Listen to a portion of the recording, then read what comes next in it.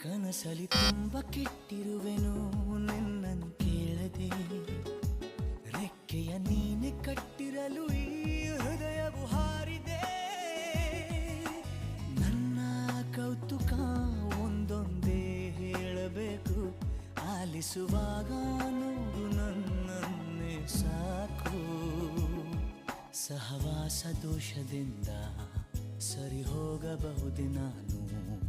ನನಗಾಗಿಯೇ ಕಾದಿಟ್ಟುಕೋ ಹಠವೊಂದನು ಕೆಳಗುವ ಮುನ್ನವೇ ಪರವಶನಾದೆನು